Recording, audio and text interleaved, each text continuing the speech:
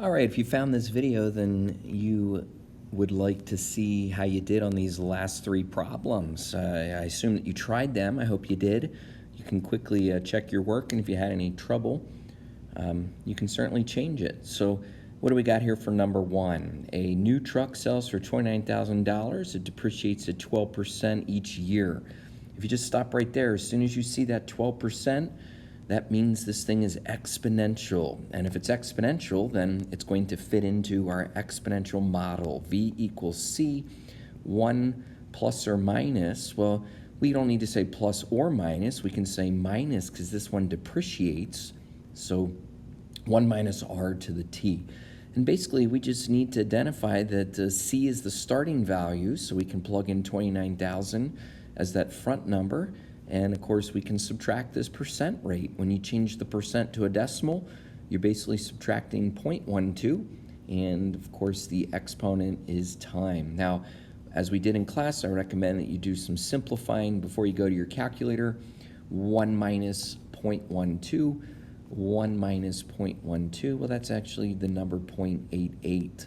So you can kind of simplify that, but basically make sure you know how to put this in your calculator. I think I have an example of it here. Where did that go? There it is. We can just kind of type that all in. 29,000, then 0.88. Use your exponent button to the 7th power. And understand, please, that this is your the value of the vehicle. It's going to be worth $11,000 after those 7 years of depreciating. So the exponential model kind of does it all for you. You don't have to find 12% each year. In other words, you were able to do all 7 of those years in just one big swoop. Problem number 1. Problem number 2. We've got a bear population increasing by 2%. Again, increasing by 2%, exponential. And if something's exponential, it fits into the exponential model. Now it's increasing by 2%, so we're going to, of course, choose a plus sign. When you end up plugging in the percent of 0.02, when you end up plugging that in, of course, you're going to change that to a decimal, and that's going to end up being like 1 plus 0.02. Now, what else do we have going on here? I feel like we have like some data that matches. In fact, when data matches, it's like a point. And so we've got the point 20, which would represent your time that matches with a final value of 89. So we can plug in a data point that matches with a time and a final value. And notice that the only thing left to find is the initial value. And of course, that's what this question's all about. Now, in a problem like this, you're going to want to figure out 1 plus 0.02, which I hope you figure out is the same as 1.02.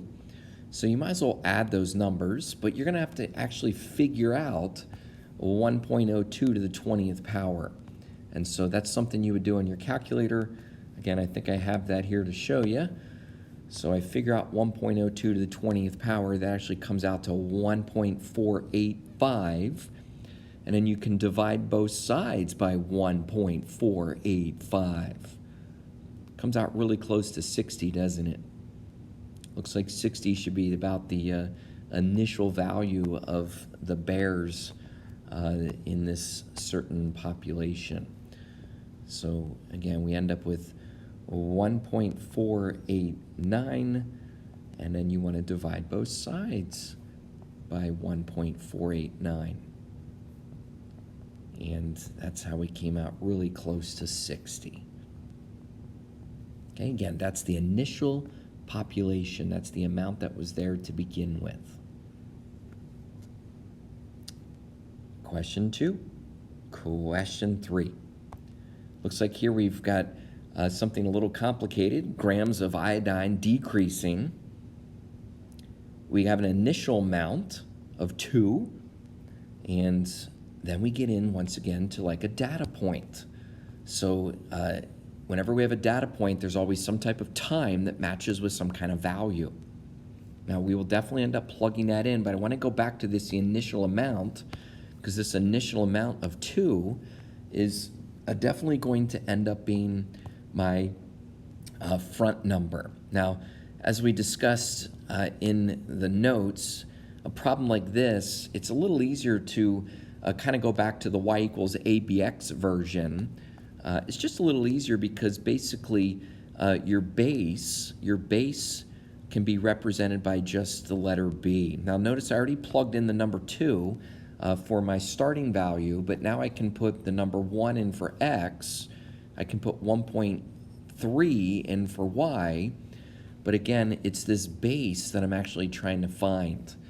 Now, when you find this base, you're going to have to solve this equation. You actually would solve it by dividing by 2, and doing that correctly as your first step is going to get you 0.65.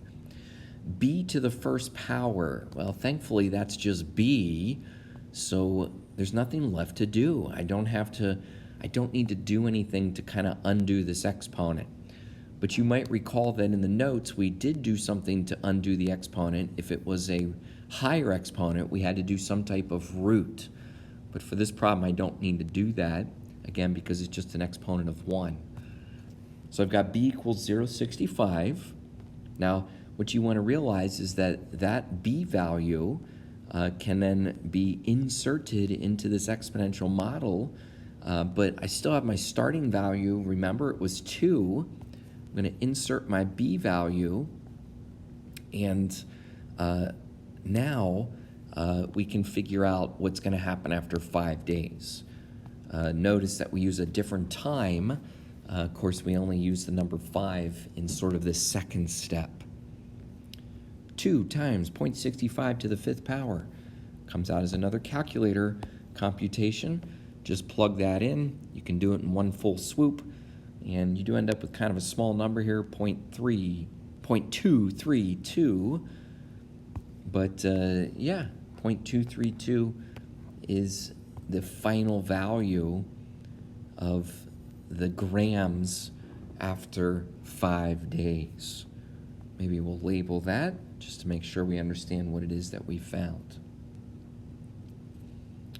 All right, you should be ready to do the exponential cards. Make sure you follow the directions as far as how many cards you need to do of each color. Go get them.